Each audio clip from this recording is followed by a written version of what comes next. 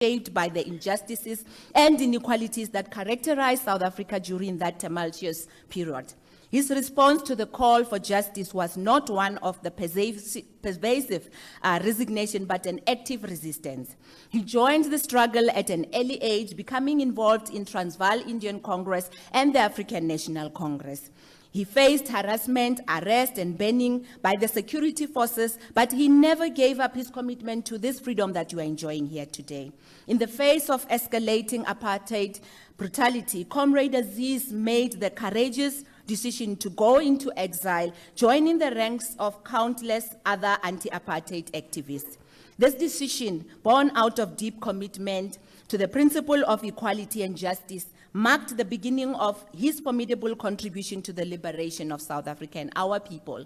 He was a son of activists, but he became a leader of a movement. He was a student of sociology and Afrikaans, but he mastered the art of diplomacy, as we all know. During his years in exile, Comrade Aziz Pahad engaged in diplomatic efforts to garner international support for the anti-apartheid cause. His tireless advocacy on the global stage played a crucial role in raising awareness about the atrocities occurring in South Africa in those years. His diplomacy was not only about condemning injustice, but also about forging alliances that would later prove instrumental in the downfall of apartheid. Upon the dismantling of apartheid and the dawn of democracy in South Africa, Comrade Aziz Pahad returned to his homeland to contribute to the nation's reconstruction and development. His dedication did not go unnoticed. After the 1994 general election, he was appointed Deputy Minister of Foreign Affairs, a position he held with distinction from 1994 to 2008. As Deputy Minister of Foreign Affairs, Comrade Aziz Pahad continued his diplomatic efforts, now focused on building a better Africa and a better world. He played a crucial role in reshaping the country's foreign policy, emphasizing human rights, justice, and economic development. I've just said that, of course, he was disappointed with the current policy that we have, but we hope that we will learn more and be able to improve what would represent what he stood for. Comrade Aziz Pahad's leadership contributed to South Africa's emergence as a respected and influential voice on the African continent and the global stage. He was widely respected as a skillful mediator and facilitator who helped resolve conflicts in crisis of Africa and beyond, and the Middle East, of course, as we had Ambassador Dango talking about their lives together. As we reflect upon his life and legacy, we honor a man whose journey was marked by a profound and selfless dedication to the cause of freedom and equality. Comrade Aziz Pahad was not merely a witness to history, he was an active participant in the struggle against the oppressive apartheid regime and gave his whole life to the noble cause, the liberation of mankind. Beyond the corridors of power and international diplomacy, Comrade Aziz's legacy endures in the hearts of those who remember him not just as a statesman, but a compassionate human being and principled comrade. As we bid farewell to Comrade Aziz, we do it with gratitude for his invaluable contribution to the struggle against apartheid and the subsequent construction of a more just and inclusive South Africa. His legacy lives on and enduring inspiration for all who continue to strive for a world where justice, equality, and human dignity prevails. With those little words, I would like to just say, Robala ka khotso, Comrade Aziz, and condolences to the family. Amandla!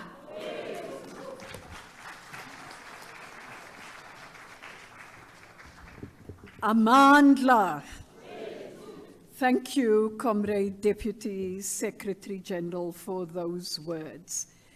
We'll immediately go into the tributes by the family, and I'll call on Comrade Amina Pahad, who's named after her grandmother, the great Amina Pahad, and there's many stories to be told about, so over to you, Amina.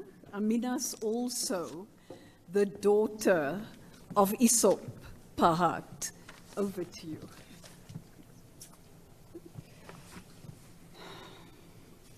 Hi, everyone.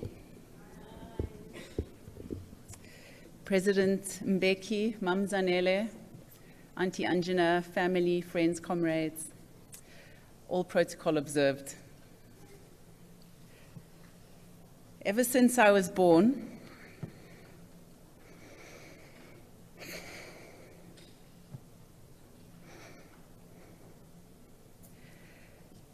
Ever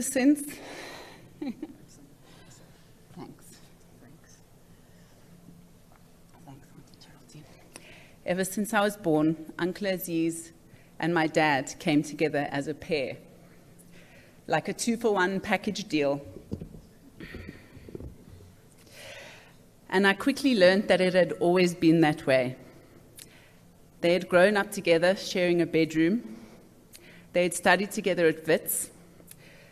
They had played football together at Dynamos, joined the Transvaal Indian Youth Congress together, and been banned together, been exiled together, lived in the UK together, got married together in a double wedding in 1971, and the list goes on. Luckily for me, my brother and my mum, they didn't get divorced together. But that seemed to be one of the few blips in their otherwise parallel lives. But those two Pahad brothers, while having a lot in common, had very different personalities. I found Uncle Aziz to be more playful, and he had a very naughty streak. I grew up listening to stories being regaled with much humor about the drama that would inevitably ensue from Uncle Aziz's womanizing. My older sister, Yasmin, who used to live with them in North End House, was under strict instructions from Uncle Aziz that if any woman called, she was to say he's not in. But when he was cornered, for example, the time he mistakenly invited 2 different girlfriends to the same house party, he somehow managed to get out alive and without creating any enemies. And this was one of his superpowers. It was very, very hard to stay angry with Uncle Aziz. He was loved and respected so widely. And apart from being charming, I think this was because he really cared about understanding where people came from. He asked for people's opinions, no matter how important or unimportant they were, no matter how well schooled they were in politics or not, no matter their age. And he was genuinely interested in what they had to say. And when you're partaking in a battle of the minds, understanding how people think and why they think that way is absolutely critical. This, in addition to his immense intellect, allowed him to understand the most complex of situations and win over the toughest of adversaries. However, he was always also able to hide his intellect when it suited him. My parents often joked about the way he could bumble around aimlessly in a group of people involved in small talk or serious discussions, giving the impression that everything was just wafting past him.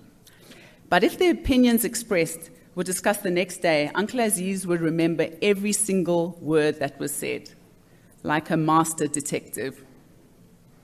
One thing he was a little bit less amiable about, or less understanding of, was people that didn't drink. Uncle Aziz would often intercept me and my friends, some of them are here today, as we were heading out for the evening. The lounge was right by the front door. And he'd insist, "Come, sit down. Let's talk politics, talk Palestine, have a drink." And God forbid if anyone said they didn't want to drink. It seemed to upset him even more that the fact that us youth were not mobilizing, and that upset him a lot. He would give us these puzzled looks, followed by a full-on Spanish Inquisition, and then finally we were told, "Futsak," in the kindest way possible, of course. And then that's his son Sam and his nieces and nephews, as we all got older and had kids, he started enjoying all the grandchildren more and more. He didn't expect them to drink. So we would celebrate his birthday and Christmas jointly every year. He was born on Christmas Day. and which might have been, we realized later, quite confusing for the children. You know, none of us being religious, we never explained Christmas to the kids. And last year, my nephew, at his nursery school, the teacher asked them if anyone knows who was born on Christmas Day. So my nephew, rightly so, said, "My Uncle Aziz," you know? So when the teacher asked, "Okay, fine, and do you know who Jesus Christ is?" So he said, "Yeah, that's the guy Papa swears at when people drive badly." Didn't go down too well. But clearly, Uncle Aziz will always remain a legend of biblical proportions in the eyes of his grandchildren. So as Aziz got a little older and wiser, he mellowed somewhat. Or one could say he grew up, which allowed him to find the love of his life, Anjana, 20 years ago. The incomparably brilliant Anjana, as Sam described her at Aziz's funeral, which is absolutely true. Her light-hearted humor, never taking anything too seriously, coupled with her serious, sharp intellect, made her the perfect match for my uncle. She's been a gift not only to Uncle Aziz, but to the whole Pahad family. Thank you, Anju Kaki, for looking after, it still sounds funny, for looking after Aziz in an absolutely superhuman manner when he was sick, and for standing by us so solidly when Dad was unwell. We're eternally grateful to you and we love you. So, while the Pahad family is struggling to move past the void left by losing 3 Pahad brothers in the space of only a few months. All of them giants, leaving this planet in a better form than they found it. We take huge comfort in knowing that Aziz and Aesop are lying next to each other, literally. And just like they did in this life, they're ready to set off on the next part of their journey together. And no doubt any passers-by on this journey are sure to hear them shouting at each other, "Ufuna wena," with Uncle Aziz responding, "Footsack." They'd better be ready for them wherever they end up, because they've got some surprise coming their way. Rest in peace, our kind, loving, humble, huge-hearted, magnificently witty, and ever-entertaining Uncle Aziz. Thank you.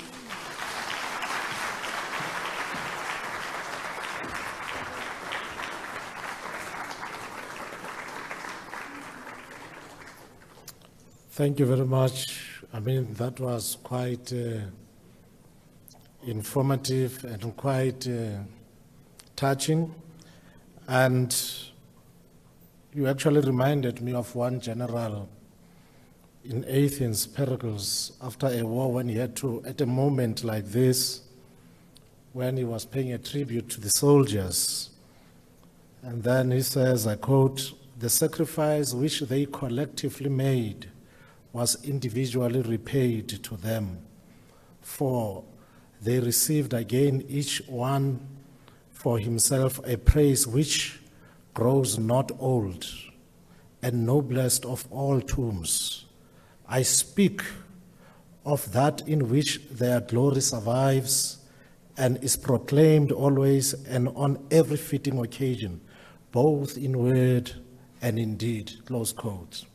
On that note, comrades, I would like to call the brother-in-law to Mam Angela, Dr. Adam Mohammed, to make a tribute.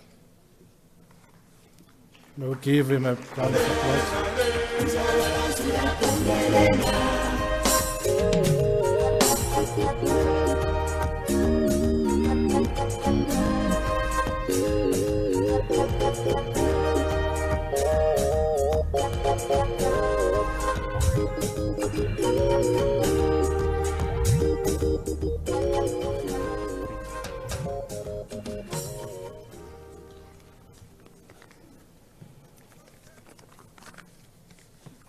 Thank you, Program Director. To comrades, friends, family, Your Excellency, President Thabo Mbeki and Mama Zanele Mbeki, all protocols observed. On behalf of Anjana and the Parekh family, I wish to thank the ANC for organizing the memorial for Aziz. Those who travel from far and wide, thank you. Aziz, your life was a blessing, and your memory will be cherished. We are deeply saddened by your loss, but grateful for the time we had together. Our beloved brother,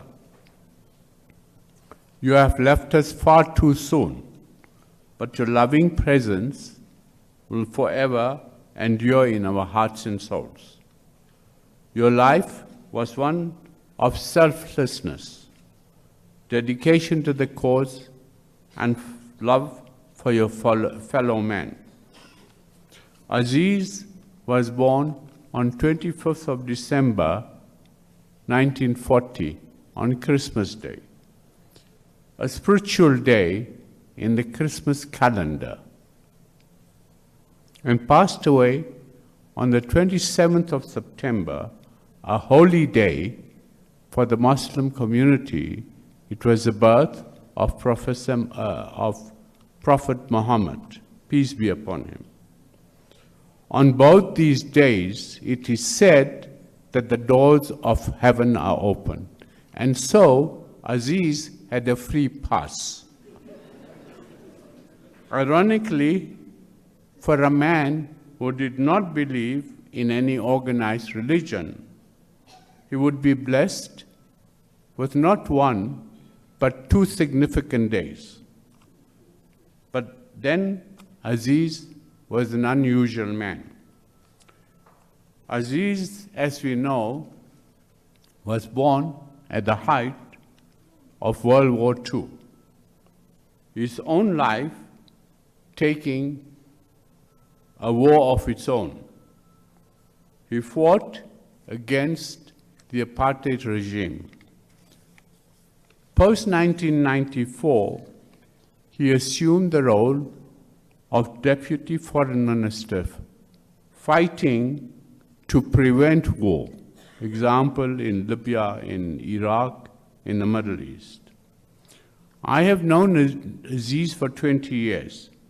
Throughout our friendship, I came to know Aziz not only as a gentleman, but one with humility, humbleness, gentleness, and integrity.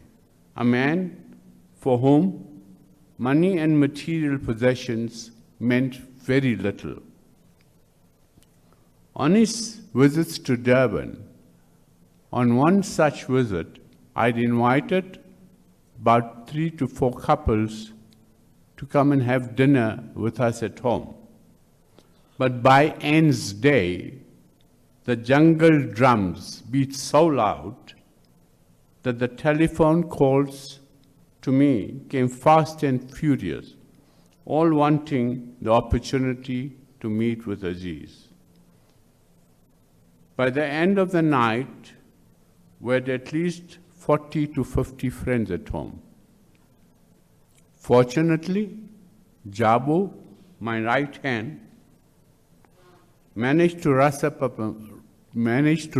up a meal that would feed an army, let alone 40 or 50 people.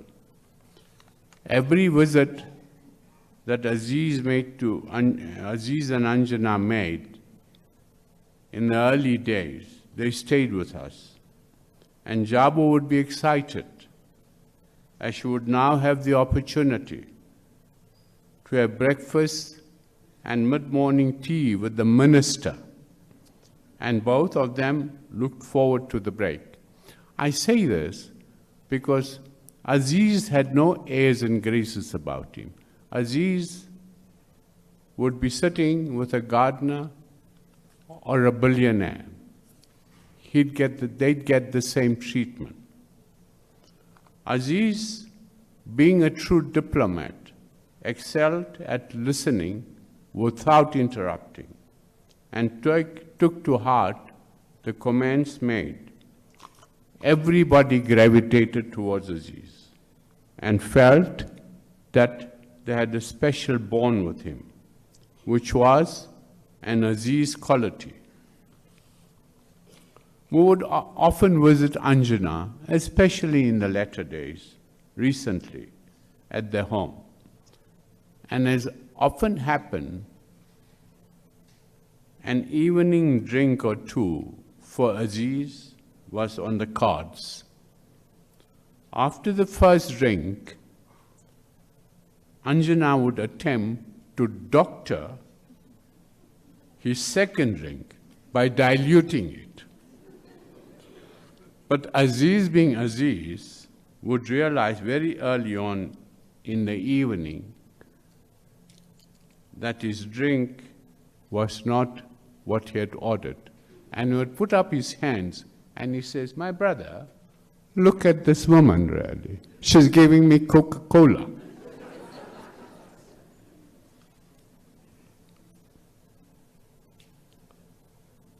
As sick as Aziz was, he could not be duped. In his latter days, when he was very ill and confined to bed, he would ask me, "So Adam, where are we going today? And what are our plans?" And I would tell him, I said, "My brother, to a lovely restaurant of your choice, depending on your boss, Anjana, approving of it." And he'd throw his hands up and say, "But my brother," he says, "in this house, I have the veto power."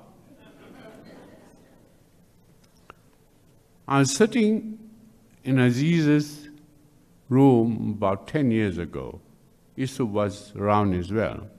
And so my nephew phoned me and he said, "I have the car you're looking for." I said, "Great. Black in color, two-door." I said, "Wonderful." But he says, "The problem is, he's got a hard top."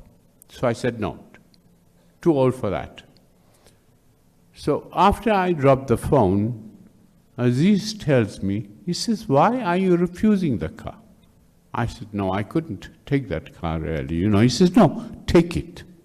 I says, "Tell me why."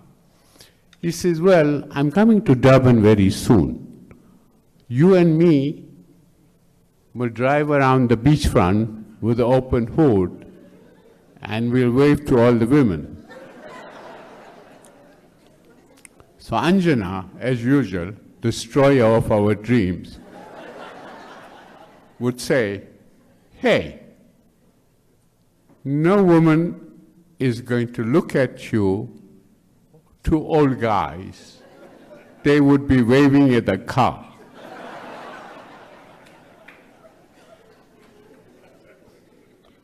There is so much more that I could regale to you, time permitting. It does not. So I would like to end my reflections on Aziz by quoting Khalil Gibran on giving. You give little, you give but little when you give of your possessions. It is when you give of yourself that you truly give. This sums up Aziz's life. Farewell, my friend. Hamagashte. Thank you.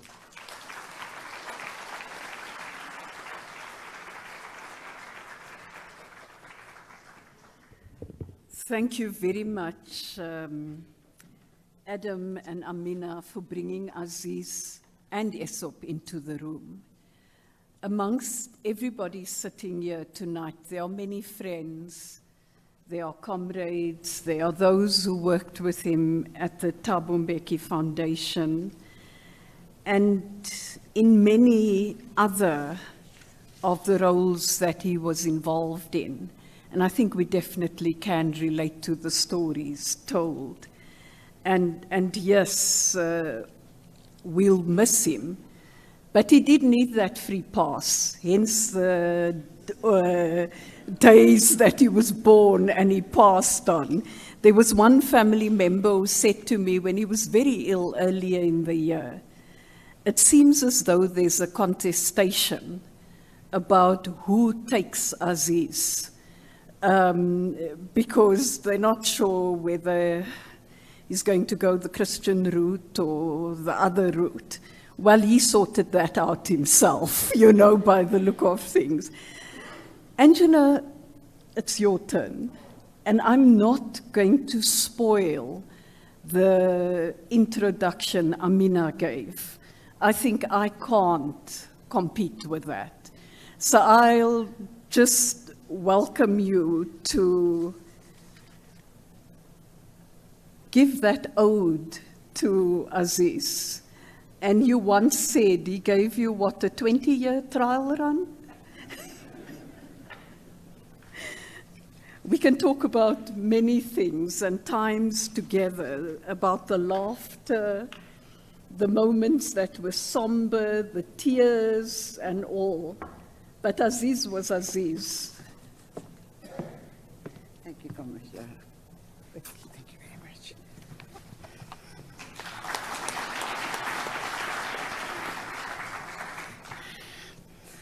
Thank you very much, and to the program directors. I want to say, acknowledge President Mbeki and Sister Nella, but I want to also acknowledge them as family today. They've always been family to me and to Aziz. And thank you very much for being here with us today and honoring his life. To all the comrades that are here today, to the ANC, the alliance partners, and to friends and family, thank you very much for being with us this evening. I've titled my address, and I hope I am composed enough to read it all, but it's my ode to Aziz. My dearest Aziz, it has been 2 weeks since you left us, and in this time, I've had the chance to reflect on our years together, and I would like to take this opportunity to share some final thoughts with you. We met over 20 years ago, having been introduced by our mutual friend, Comrade Mo Sheikh, at a party held by the then Dean of the Diplomatic Corps, Ambassador Zubedi. I recall late that evening giving you a ride home and never forgot how awkwardly shy you were, much to my amusement. From that day on, our life has never been the same. In 2011, we decided to marry, and you often told the story that you were under the impression that we were hosting a party, only to realize that somewhere in the planning, the party turned to a wedding. And what a fun, memorable wedding it was. Aziz, you'll be pleased to know that many of the guests that were at the wedding are here this evening, though I would say to you that I don't think that they can put on dancing shoes anymore. My surprise wedding gift to you was a house full of nieces, nephews, cats, at one time a dog, and a host of in-laws. And to your credit, you embraced them all, though from time to time, the diplomat in you would remind them of a two-state solution, each with its own territory. I have learned so much about you in our years together, and similarly, you held a mirror for me to learn about myself. Here are some of the observations that stand out. You were absolutely devoid of ego. You were always the same person, whether on a global stage or in the family kitchen. With you, what you see is what you get. You had zero interest in material things and were your happiest shopping in a flea market looking for bargains. You never hesitated to hand over your valued possessions to others in need, in part because you had no clue as to its value. You were loved. I suppose your humility is one of the many characteristics that drew people to you, along with your razor-sharp wit. I honestly do not know of a person that did not like you. On the contrary, our home was a hub of activity, with you attracting a wide range of friends, family, comrades who simply relished being in your presence. Often I sat in silent awe, witnessing the depth, integrity, and intellectual complexity in the nature of the discussions held. No discussion was unimportant to you, and by Jove, did I witness many over our years of marriage. I always marveled at the joy you took from human interaction. Your love for people, irrespective of status, shone brightly for all to see. We were all attracted to your light. This remarkable ability of yours to find and build enduring and authentic relationships across race, gender, and all other divides was your gift and one of the many qualities that made you so special. People who knew you simply could not get enough of your presence, and whilst you would shy away from this assertion, you must know that your funeral was a tribute to your popularity, character, and the impact you've had on our country and this world. Your beloved friends, Thabo and Mbeki, remained at your side from your university days with Sister Nella Edwards to throughout your years in exile. They sat next to you during your illness, night and day, and mourned with me and the nation your loss. On your behalf and mine, I want to thank everyone who made your funeral so special and dignified, and amicably accommodated different perspectives and traditions. And I'm sure you would agree with me in thanking today the ANC for hosting this event, and our special thanks goes to Comrade Phoebe and her team for the sterling work and the support they've provided to us over the last week to two. To continue, your achievements were all the more remarkable given your disdain for planning and organizing. Your love-hate relationship with technology always made me laugh. I'll never forget how you spent 2 hours recounting your life story to a dictaphone that happened to be off. Remarkably, your book was published and a huge success. You didn't know how to drive, despite your repeated threats to the contrary, yet always got to where you needed to be. And your popularity was all the more impressive given your limited recall of people's names. On the other hand, Aziz, you are undoubtedly the most creative problem solver I have ever met. I recall a time when we saw Dr. Asfat, who was the ANC renowned dietitian. And after Dr. Asfat telling us what we could and couldn't eat, and mainly staying off carbohydrates, you remained silent through it all. And at the very end, Dr. Asfat asked, are there any questions? And you broke your silence and said, yes, I have. And he asked, what's the question? And you said, well, how many glasses of wine can I have? And Dr. Asfat said, well, how many would you like to have? And so Aziz said, 2 glasses. And so Dr. Asfat said, well, in that case, you may have 1 glass of wine. Well, needless to say, all the way back to Pretoria, Aziz complained bitterly about why he had said 2 and not 3 glasses of wine. Not to be deterred, story gets better. Not to be deterred, he returned home the next day with the biggest wine glass I had ever seen,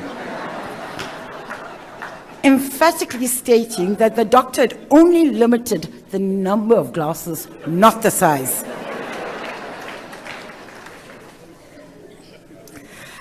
Aziz had you had an unquenchable, I'm talking to Aziz, you had an unquenchable thirst for knowledge. Your curiosity of human relations and the human condition was endless. You were always obsessed, correctly so, with all that was going on in the country, in Africa, and in the world. Often I would find you in the early hours of the morning, fast asleep, with the newspapers, magazine, and books scattered around you, with the television still on. I love this about you, and I learned so much from you. But your thirst for knowledge extended to many dimensions, including the mundane. He loved updates about the neighbors from our dear helper Lizzie, who excelled in her role as the Abbotswell Road town crier. He wanted news about what's happening down the hospital passage from his nurses. And he particularly relished updates from our nieces and nephews, and I always suspected that was to relive his youth vicariously through them. Aziz, you were passionate about peace, justice, and fairness. As kind and gentle as you were, you demonstrated a will of steel when it came to your convictions. From your childhood right up until the very end, you pursued a fair, just, and peaceful world. As all of us who are gathered here know, you were a loyal, committed, and disciplined member of the ANC from your youth to your last breath. As you have always said, the ANC is part of my DNA. You lived your life in accordance with this truism, and despite all that may have happened, either by friend or foe, you never wavered from your stoic belief in the virtues of the ANC. Accordingly, the honor bestowed upon you by the ANC today is indeed fitting. Your words will forever echo in my mind. The world is sleepwalking its way into global conflict without realizing there can be no victors. Your foresight of recent events in the Middle East was prescient. You and many comrades who departed before you, and I think here of Comrade George Nene, Isop, Comrade Jojo, Comrade Billy Modise, Ismail Convardia, to name a few, you spent many nights solving the world's problems from our living room, endlessly debating ANC renewal and pondering the question, what is to be done? Now that you are all reunited, I trust the discussion has resumed. I humbly request, Aziz, that you solve the problem before the day that I join you. You were resilient, optimistic, and determined. Your innate optimism, your enduring resilience, gave me and others a sense of comfort and security in a troubled world. In this, you were our lodestar. You defied death on countless occasions. In fact, even our cat Brussels clung to you, hoping to add to his 9 lives. Despite the hardship of the past few months, I never once heard a hint of self-pity, only plans for future holidays and more of the sharp wit, not to mention your acute powers of observation. And as Adam said, there was never a chance that I could ever dilute your wine. Isop always remarked, if you want Aziz to leave a party, you need to start telling him at least 45 minutes before the time. It's only fitting, Aziz, that your final exit followed Isop's. True to form, you made a point by making him wait, though you did manage to stretch it to 11 weeks this time. I suspect, though, you got a mouthful from Isop, and in true brotherly fashion, you simply ignored him. Finally, you taught me what it means to love. In 2005, Aziz, you wrote me a letter at 2:30 in the morning from your hospital bed. It is now time for me to say back to you some of the words you had written to me that night, and I quote, I'm searching for words to express my deepest appreciation for your love, affection, compassion, and concern. Since meeting you, my whole life has been transformed. You have enriched and given new context to my concepts of friendship, comradeship, anti-materialism, and love.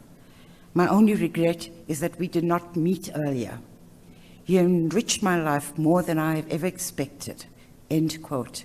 Well, Aziz, all I can say is that you've given me the happiest years of my life. My final words to you will be those of the poet Pablo Neruda. I love you without knowing how or when or from where. I love you straightforwardly, without complexities or pride. So I love you because I know no other way. Thank you.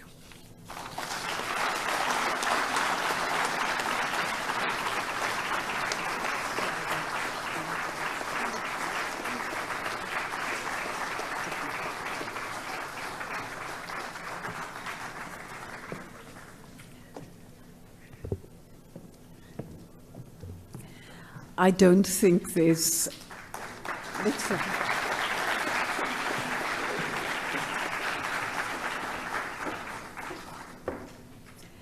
I don't think there's a need to say anything more. And at this point, I'd like to call on President Thabo Mbeki to give his eulogy. And he does so, as he says, with a deep, he does so against the backdrop of a deep and abiding sense of comradeship with Aziz over their long years together. And I think all of us know that it's rare when you have a comrade and a friend with someone you never need to second guess in any way. Over to you, Mr. President. Thank you.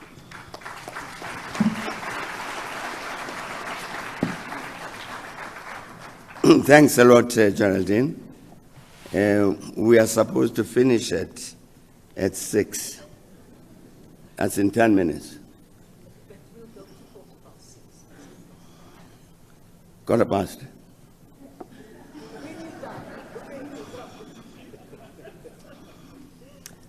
And first of all, I must say that I don't think Wali, well, you may correct me here, I don't think we ever said this to Aziz, that we want to thank him most sincerely for bringing to us and introducing us to Anjuna. I don't think we ever said that. But that's a great gift that he brought to all of us. And indeed, what Amina said is entirely correct. And Anjuna, thanks a lot for the great care you took of Aziz as he lay in bed during his final months. It was very touching, very sad, but very moving. With all of the things that Aziz would say jocularly to you, it was very, very good that you were around at that time. I don't know if there was somebody else, I don't know what they would have done and behaved in the magnificent manner in which you did during the last days of Aziz's life. But thanks a lot, Anjuna, for all of that. The last month, September, there was a meeting of the religious leaders in Cape Town who constitute the Interfaith Forum of South Africa. And one of the things they said was that they would not, as our religious leaders, stand by while the country continues on a downward spiral. And they took a decision then to convene, to organize a convention to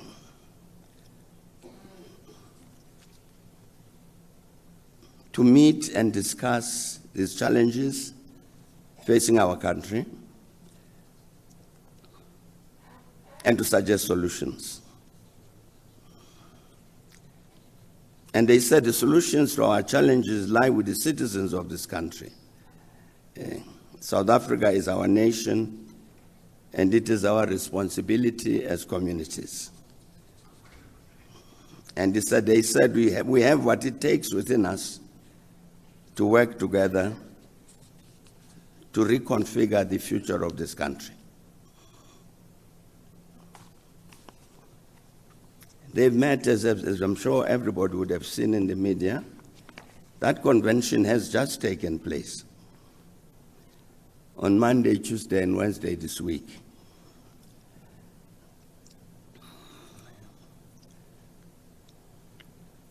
And the Bishop Malusi Mpumlwana, who was the chairperson of the Interfaith Forum, General Secretary of South African Council of Churches,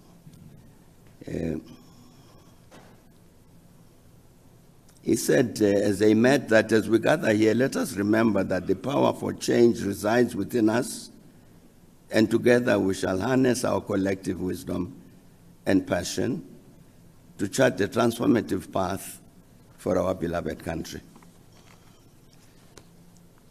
And so the two themes of the convention were our country, our responsibility.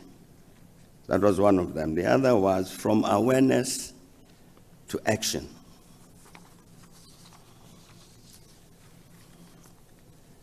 They invited me, the interfaith leaders, they invited me to attend the conference as an observer, the convention. And I was rather pleased that I got the invitation because I thought it would give me a chance to listen to people that I don't normally listen to.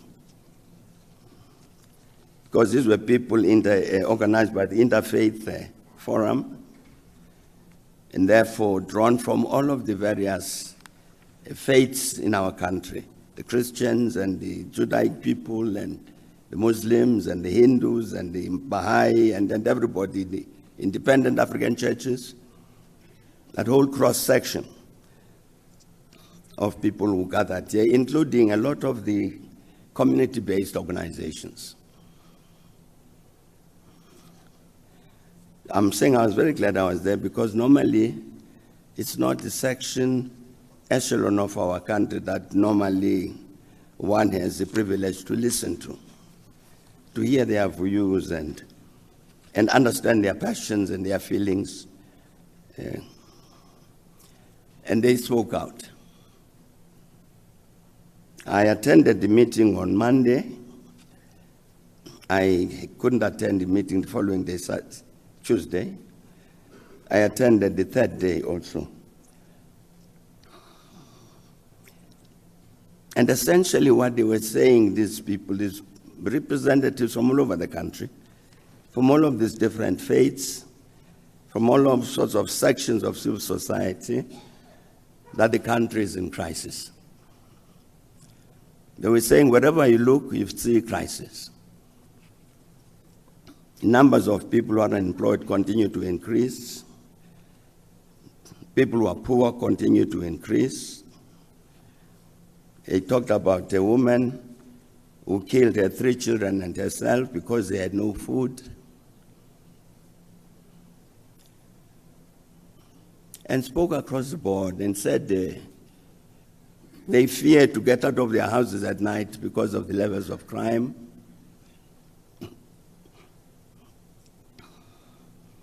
And they don't trust government.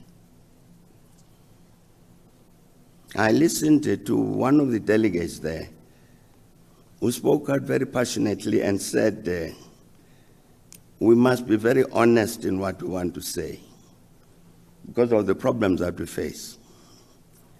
And talked about something I was not sensitive to, the levels of mental health, mental ill health among young people. And they were saying so much so that the degree of the incidence of suicide among young people is frightening. That there's something about the absence of wellness in our society, which is destroying all of us as human beings. And I was saying that this particular delegate says, and when we say all of these things and we say these things need a solution, we have to be frank. We have to say for 30 years, the ANC has been our government here. And all of these things that are happening, negative things, is because of them.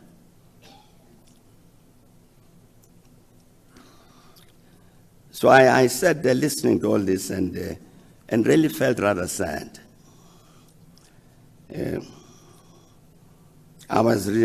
remembered for some reason that we were going to have this meeting because they were saying the ANC has betrayed us.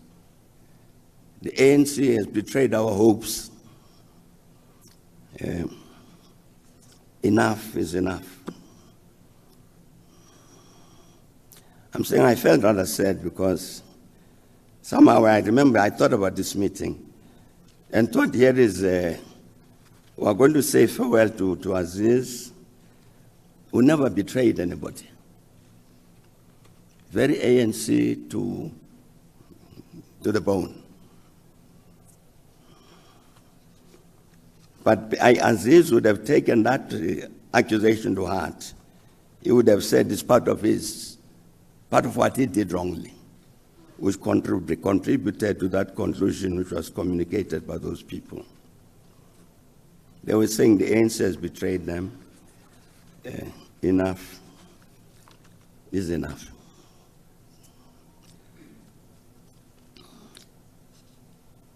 Aziz was a professional revolutionary for many of his years.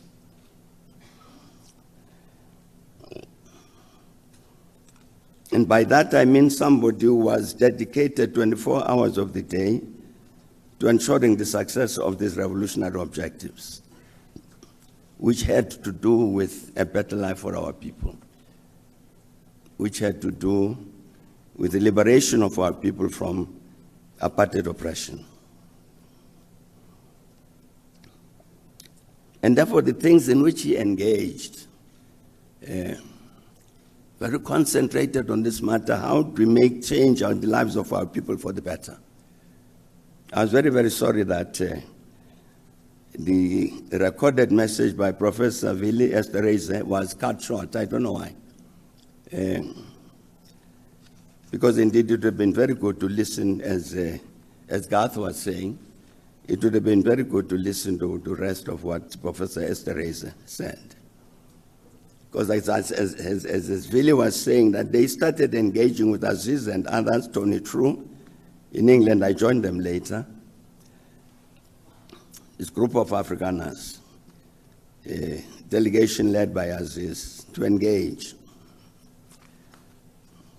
Vili talked there about one of the high points of that engagement when he was given a message by the apartheid regime that he could tell us that the regime was now ready to meet with the ANC and made the arrangements so that we met them.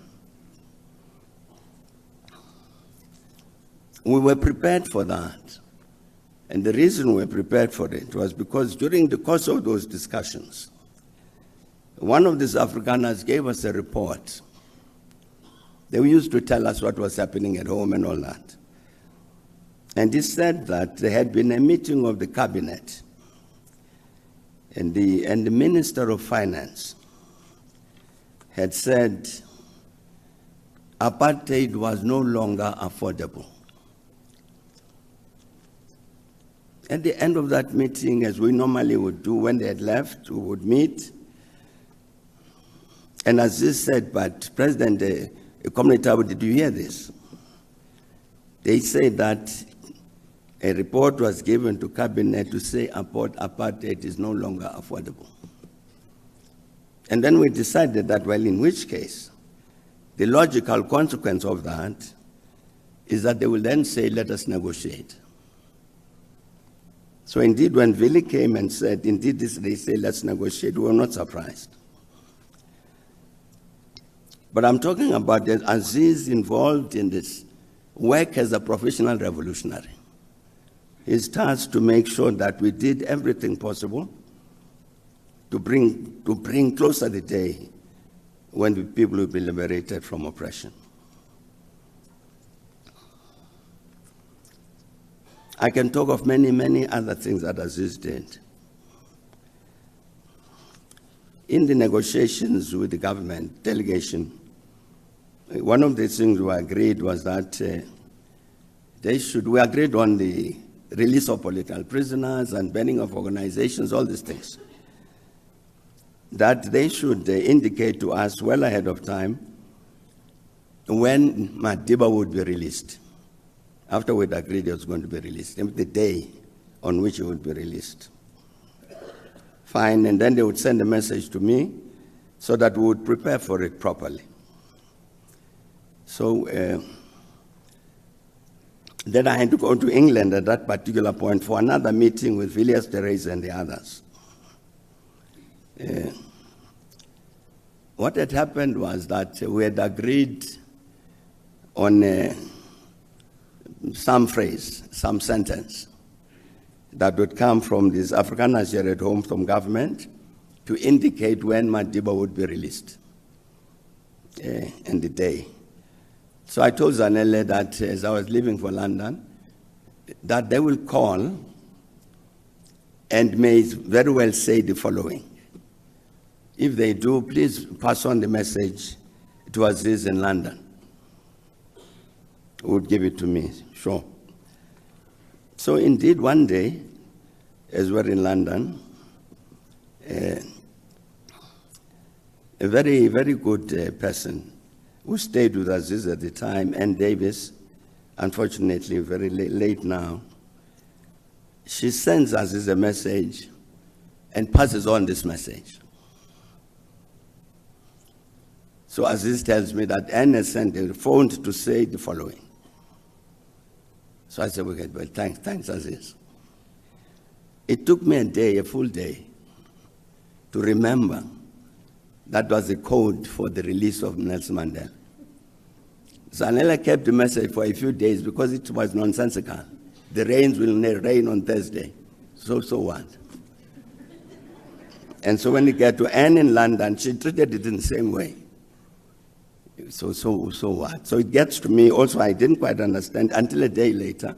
It was, in fact, I realized what it meant the day before Madiba was released. So we panicked, and because we wanted to write the statement, what was Madiba going to say?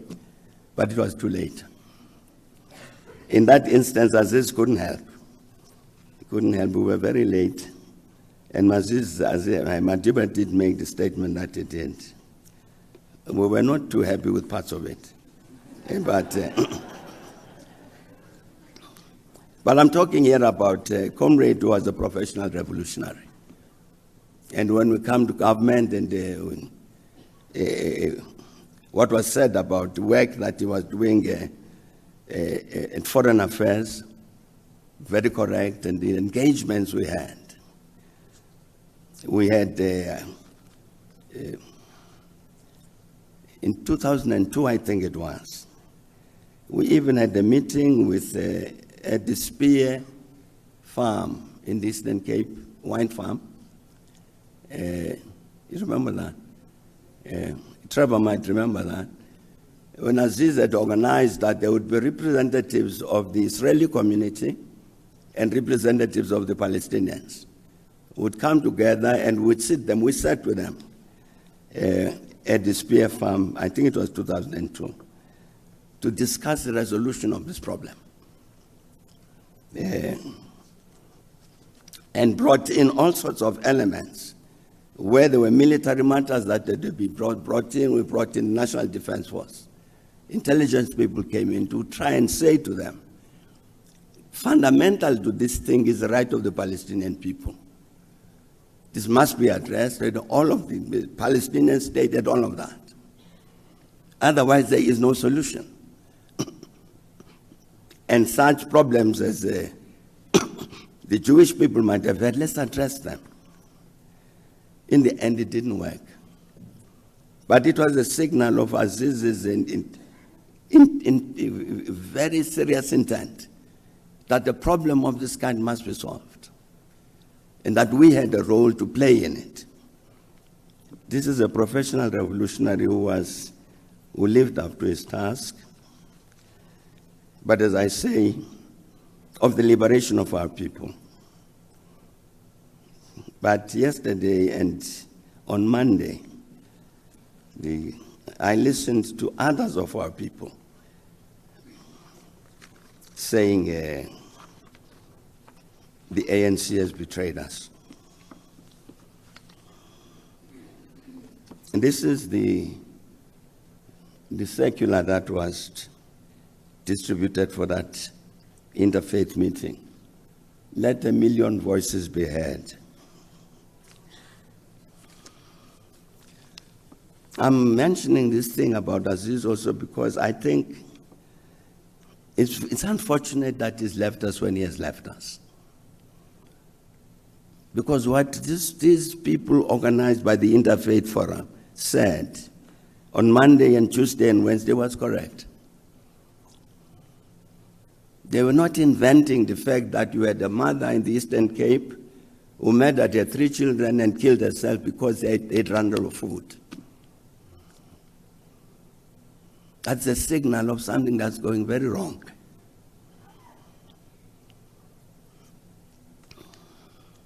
What they were saying, those people are correct. And the challenge we face, those of us who are alive, is how do we respond to that reality? I'm saying that's why, again, I felt very sorry that Aziz left us when he did.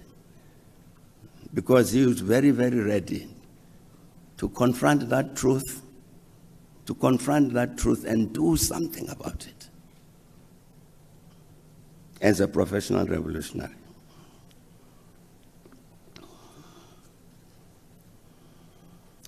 One of the issues they raised, the delegates at the Interfaith Convention, was that they said the government was not helping them. That there was a crisis of governance in the country, and indeed something needed to be done about that. Otherwise, the problems to which they were pointing out would not be solved. In the last few weeks, I discovered a very interesting speech by the current CEO of the Institute of Race Relations. I've quoted this speech before in other meetings, and I'm told some of my colleagues in the ANC are a bit uneasy about that because they say, why am I quoting right-wingers? And what I've understood always in the course of our struggle as a revolutionary, we need to understand everything, absolutely everything about what the right-wingers are doing, what they are thinking, how they sleep, and everything. That's necessary for us to be able to win our victory. Because we're running out of time, let me now just quote one thing that this CEO of the Institute of Race Relations says, Dr. John Andres. And he said, instead of political currents, a different trend will shape South Africa's outcome over the medium term. This is the receding power of the state, its loss of authority and credibility, its inability to translate plans into action, and the growing disconnect between the ruling elites and those they govern.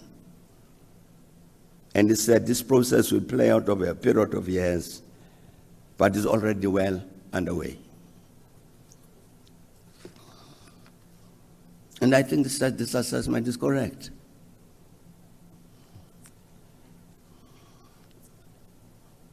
the receding power of the state, its loss of authority, credibility, its inability to translate plans into action, and the growing disconnect between the ruling elites and those they govern. I think Dr. Endres is telling the truth about what is happening in this country. And again, it's something that we have to address.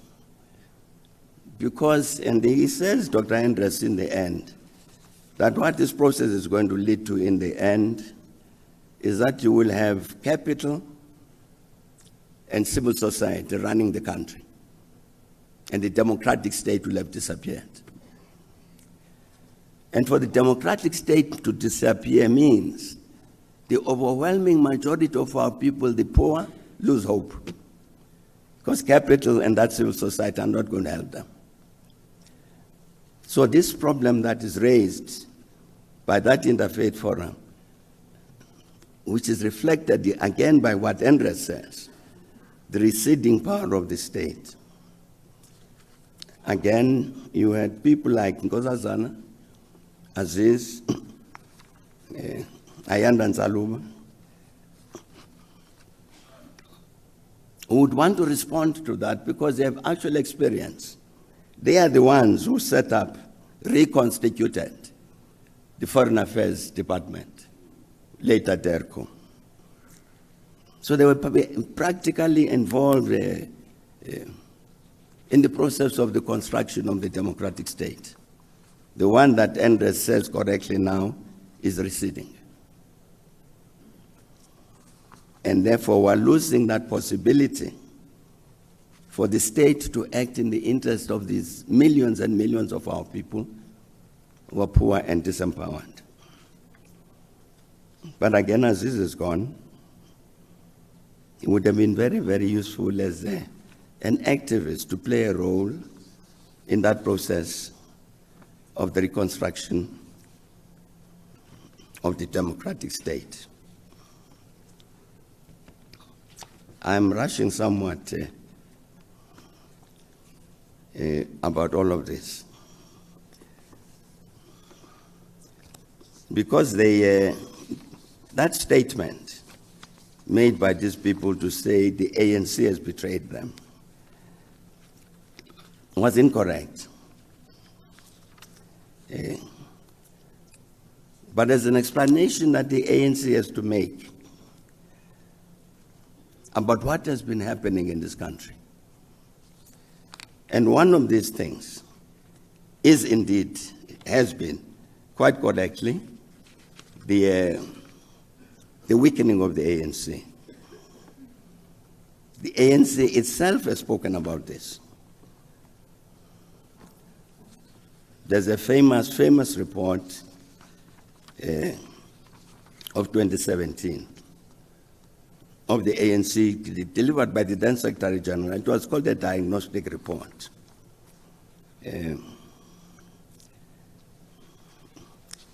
Let me again read just one part of what that report said. It said the ANC faces declining fortunes, internal squabbles, money politics, corruption, and poor performance in government, all conspire to undermine its legitimacy in the eyes of the broader public. Some progressive formations and individuals who historically have been part of the broad front of forces for change are challenging the movement on important current issues, particularly corruption. And that report had said the primary mission of the ANC is to serve the people of South Africa, and the ANC exists for the people of South Africa. It is therefore the historic mission of the ANC to build a humane and caring society. So, the ANC realizing that problem, the one indicated in that diagnostic report, decided that the ANC needs to renew itself. It said at this conference in 2017 that the ANC must renew itself for its very survival. The fact of the matter, though, is that we did not do that. We did not renew the ANC following that conference resolution of 2017. That resolution has been repeated by the conference of 2022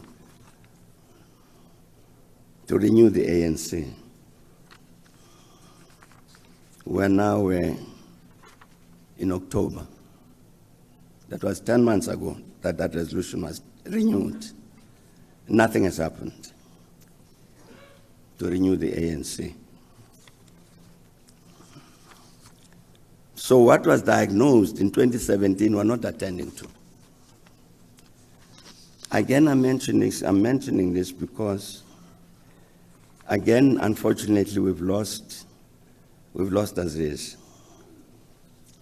Because again, in terms of that renewal of the ANC, I think we would want him to be there. So that becomes part of the people who define what this ANC should look like. Not what was described, not as it was described in that diagnostic report. Aziz is gone, but he's left us, I think, he's left us with a task. A task in reality, in substance, to respond in full to all of these things that were said over early this week by these thousands of our people who met as the Interfaith Convention, to respond to all of those things. Even one of them stood up and said one of the things he can't understand because he's got a child at university. Why has been the distribution of the NSFAS grants has been privatized? Why have we hired private companies to distribute this NSFAS bursaries, which are now charging these children to pay out of those bursaries to pay these distributors? He said he can't understand it. Well, I can't either. But as we say farewell like Comrade Aziz, I think all of us would want to make this commitment. But we've heard our people, because indeed, as that diagnostic report says, the ANC exists to serve the people. We've heard our people. And what we will try to do is to emulate the example that you set. Thank you very much, Comrade Aziz, and goodbye.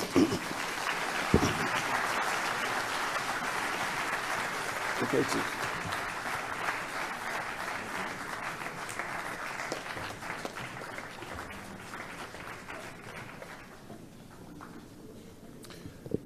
Another one, please.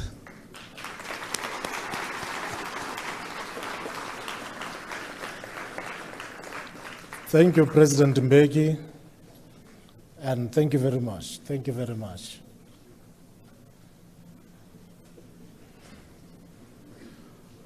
Quite loaded. Like I said earlier on, this is a generation that has confronted tempting and testing moments with calmness and intellectual prowess. And now we know that it is also a generation that reminded us about the centrality of principles, that principles are the DNA of this organization. And one such principle is unity, which is a principle that is always abused, echoed, without action. So President Mbeki has spoken to things that many of us we know, and things that not only we should know about, but that we should act on. I want to thank you for that, President Mbeki, and thank you for everybody. On that note, comrades, compatriots, we're coming towards the end of this August occasion that where we made a tribute for the life and times of Utata Comrade Aziz Pahad. I'll call upon the PC member of Gauteng, Comrade Dr. Bandile Masuku, to do a vote of thanks. Amandla. Away to. Long live the undying spirit of Comrade Aziz Pahad. Long live. Of course. Amandla. All power. Thank you, program directors. On behalf of the ANC in Gauteng, I would like to express a profound sense of gratitude, first and foremost to the family of Comrade Aziz, for sharing Comrade Aziz with us, for affording him the opportunity to play a sterling role, sometimes a daring role in liberation of our country, for allowing him to be part of the Sentinel Group, who form part of the first group that built the new South Africa, who form part of shaping and guiding our international posture and diplomacy. With that said, it is clear that what is currently transpiring in the Middle East, we are certain that he will be the one who will be saying, we stand in solidarity with the people of Palestine, and we condemn the Zionist behavior of the Israelist government. We further extend our gratitude to all who have made this memorial service very special and very successful, and partly very informative. To the Vice Chancellor of the University of Johannesburg, Prof. Mbeki, and the university, thanks for hosting us today, and thanks for hosting this special occasion. To all the speakers who've paid tribute to Comrade Aziz, the stalwarts, Comrade Wale Serute, Prof. Willem Esterise, Dr. Garth, Comrade Tango, we also thank you for your kind words. We equally appreciate all the tributes from the family. You truly explained and elucidated the life and times of Comrade Aziz, especially Comrade Prof. Angena. Thank you for the warm words and special words to Comrade Aziz. And again, would like to thank all the messages of condolences that we have received from across the breadth and length of our country. Our special gratitude goes to President Mbeki and his wife, Mam Zanele, for gracing and being part of this occasion, but also being closer to the family and also to Comrade Aziz. Lastly, the gratitude goes to all of us who are here, ANC leaders, former leaders, SACP, COSATU, who have formed part of this occasion and made it very special and very informative. We also like to make sure that we thank the program directors, Comrade Besani and Comrade Geraldine, for skillfully and capably managing this program. And to the organizing team led by Comrade Phoebe, we thank you. Whilst our thoughts are with the people of Palestine, let the name of Comrade Aziz live long in our hearts. I thank you.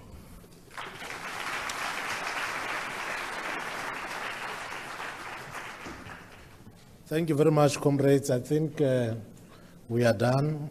I know Mkita awupheli kubantu bakantu or umsebenzi awupheli kubantu bakantu, but thank you very much. We can have a revolutionary song. There are people over there. We can start one as we do the goodbyes.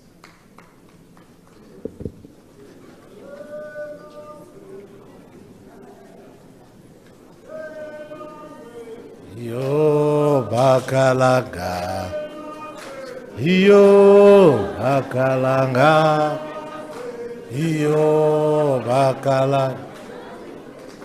Yo bakalanga,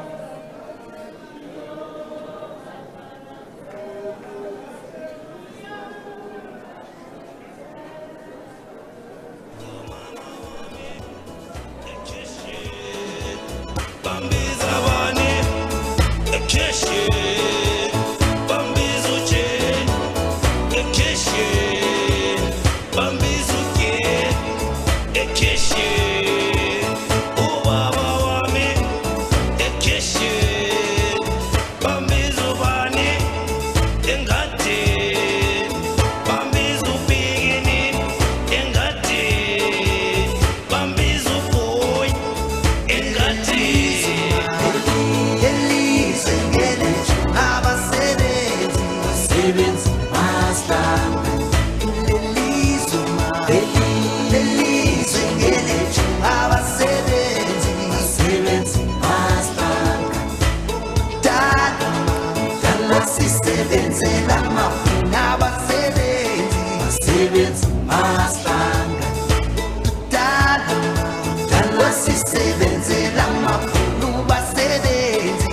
abasebenzi masanda lelizwe ngelethu abasebenzi masanda lelizwe ngelethu abasebenzi masanda okudala thina osisebenzela amafuna abasebenzi masanda okudala thina osisebenzela amafuna abasebenzi masanda